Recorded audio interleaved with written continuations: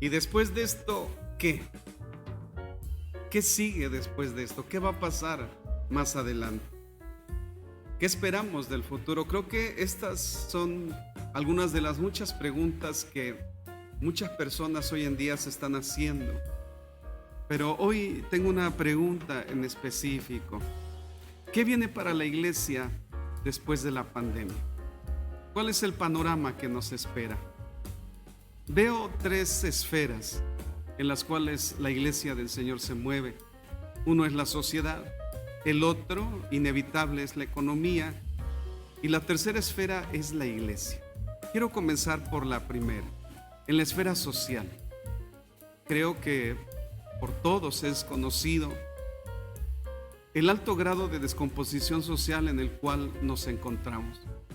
Por todas partes hay violencia, manifestaciones violentas, donde hay saqueos, donde hay robos, donde de alguna manera las autoridades se ven maniatadas ante estas manifestaciones violentas.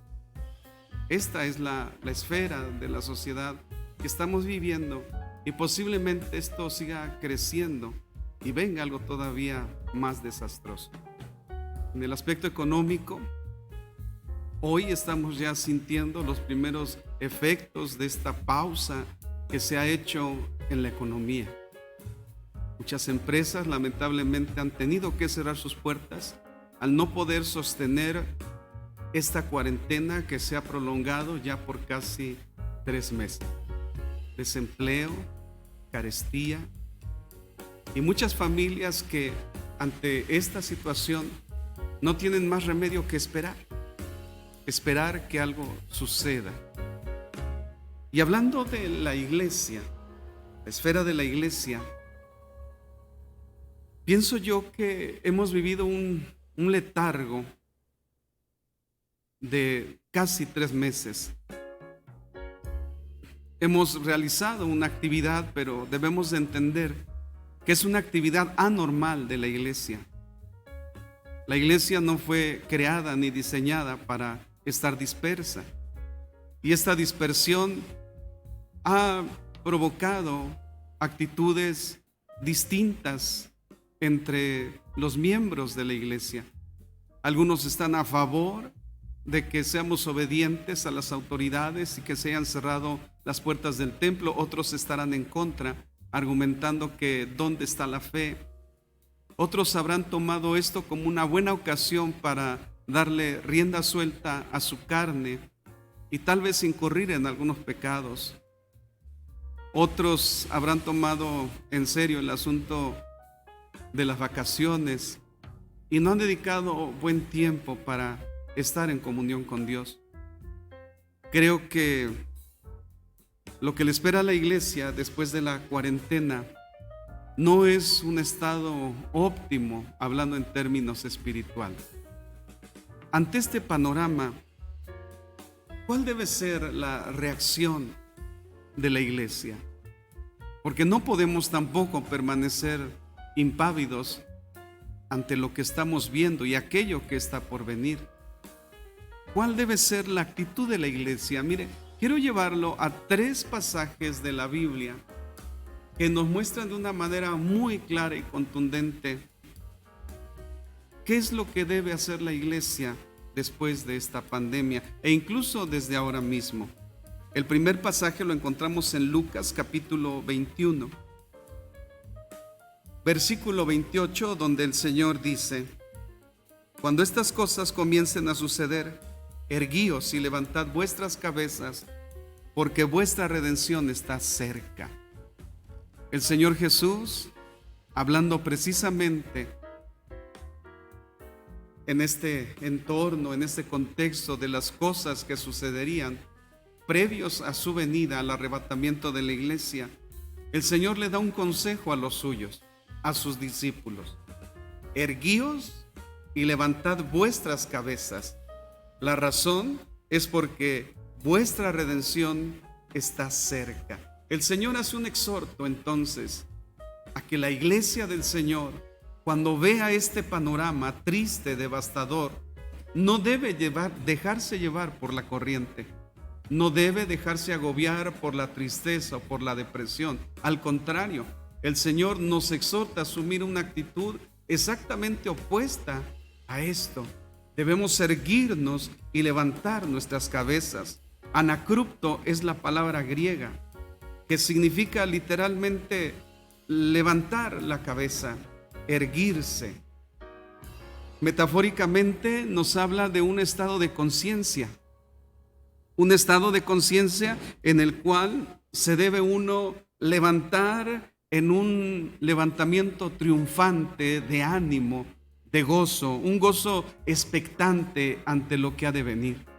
La venida del Señor se acerca. Y ante este panorama triste, el Señor nos hace un exhorto a erguirnos, a desdoblarnos, literalmente, que es el significado de esta palabra.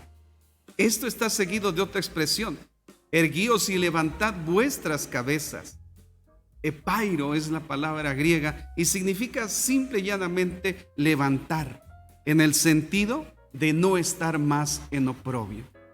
El Señor entonces nos hace un exhorto a la iglesia en general, a no dejarnos amedrentar ni dejarnos invadir por algún sentimiento de temor, de angustia o de depresión.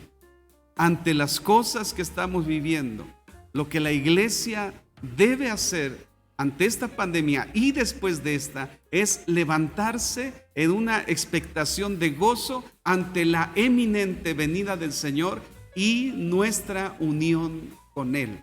Recuérdelo: erguíos y levantad vuestras cabezas, porque vuestra redención está cerca. Lo segundo lo encontramos en la primera carta del apóstol Pablo a los tesalonicenses, capítulo 4, donde también el apóstol Pablo hace un exhorto a la iglesia a que no ignoraban acerca, o que no ignorasen acerca de los que duermen, y que no se entristecieran como los otros que no tienen esperanza. El apóstol le dice: porque si creemos que Jesús murió y resucitó, así también traerá Dios con Jesús a los que durmieron en él. Por lo cual os decimos esto en palabras del Señor, que nosotros que vivimos, que habremos quedado hasta la venida del Señor, no precederemos a los que durmieron en él. Porque el Señor mismo, con voz de mando, con voz de arcángel y con trompeta de Dios, descenderá del cielo, y los muertos en Cristo resucitarán primero.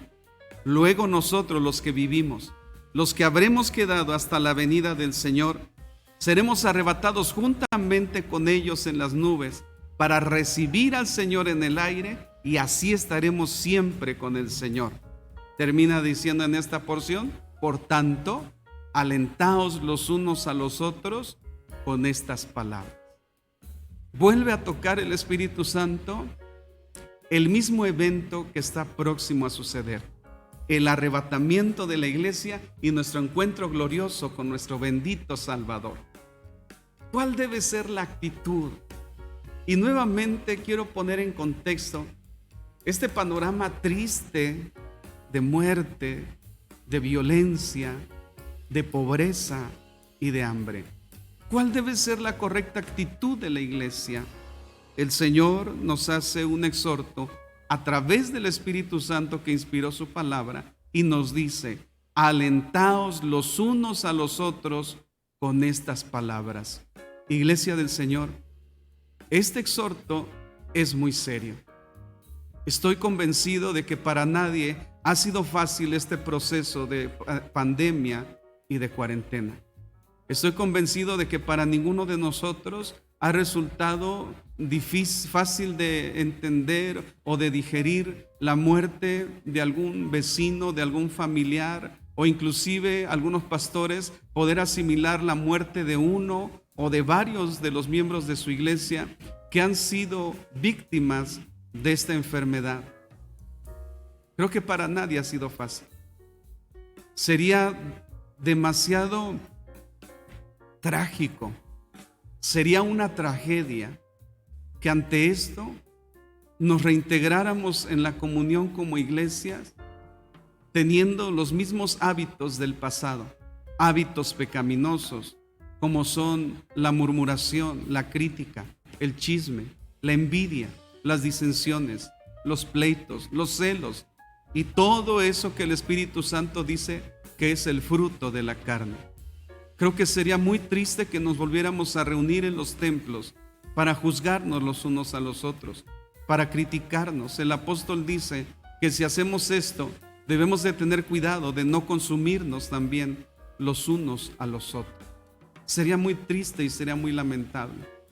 El Señor nos hace un exhorto y nos dice que ante la eminente venida del Señor, que está siendo claramente señalada por estas señales, la iglesia debe asumir una actitud de alentarse los unos a los otros.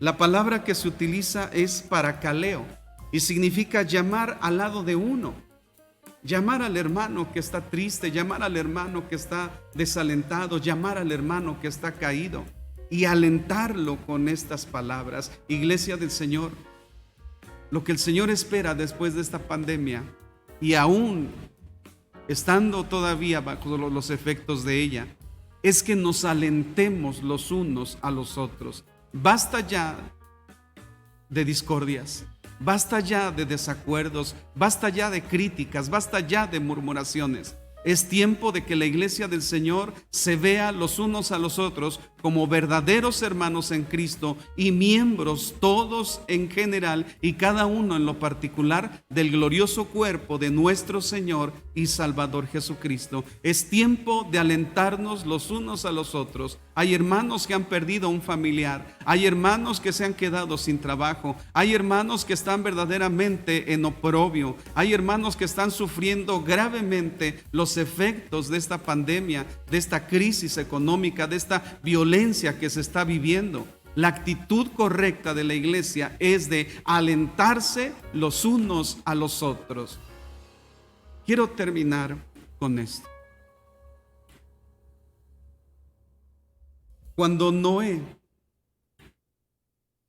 fue testigo del poder de Dios, de la ira de Dios y también de la gracia y misericordia de Dios en el diluvio, él pasó muchos días en aquel enorme barco que él había construido con sus propias manos. Pasó muchos días en él. Los días dentro del arca no han de haber sido nada fácil. Creo yo que el hecho de reflexionar sobre los que se quedaron afuera, los gritos que muy posiblemente oyó de los de afuera, los golpes sobre la madera del arca, muchos de ellos rogando y suplicando que Noé abriera el arca para que ellos pudieran entrar cuando empezaron a sufrir los primeros efectos del diluvio. Yo creo que no ha de haber sido nada fácil para Noé ni su familia.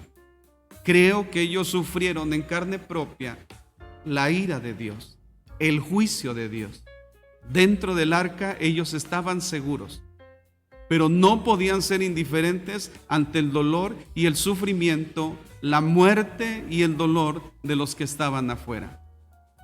Creo que esto marcó significativamente la vida de Noé y de todos los que con él estaban. Fue tan significativo este trato que Dios tuvo con él, de mantenerlo aislado, de mantenerlo todos esos meses aislado, de haber pasado por ese proceso de escuchar fuera del arca muerte, destrucción y juicio de Dios, de tener que lidiar todos los días durante todo ese tiempo alimentando animales, procurando nunca perder la comunión ni con el Señor ni con su familia. Creo que mucho aprendió Noé de este proceso. Es por esto que cuando Noé salió del arca, dice la Escritura en Génesis 8:20 que edificó un altar y tomó de todo animal limpio y de toda ave limpia y ofreció holocausto en el altar. Lo primero que hizo Noé cuando pudo salir fue adorar a Dios. Adorar a Dios. Edificó un altar para adorar, para ofrecer holocausto limpio. Creo que podemos aprender mucho mucho podemos aprender de la decisión de Noé. Posiblemente, si está en la voluntad de Dios, muy pronto saldremos de nuestras arcas, de nuestros hogares. Si está en la voluntad de Dios, aunque en forma limitada, nos volveremos a congregar en los templos. Volveremos a adorar a Dios. Pero Dios quiera que nuestra actitud hacia la adoración a Dios cambie y nos volvamos verdaderos adoradores. Adoradores que adoren al Señor en espíritu y en verdad. Que así como Noé fue afectado por ese encierro debido al diluvio, así esta pandemia, esta cuarentena, afecte fuertemente la vida de la iglesia para que haya un cambio positivo en nuestras vidas y nos volvamos verdaderos adoradores. Baste ya el tiempo pasado para haber hecho lo que complacía a los deseos de nuestra carne.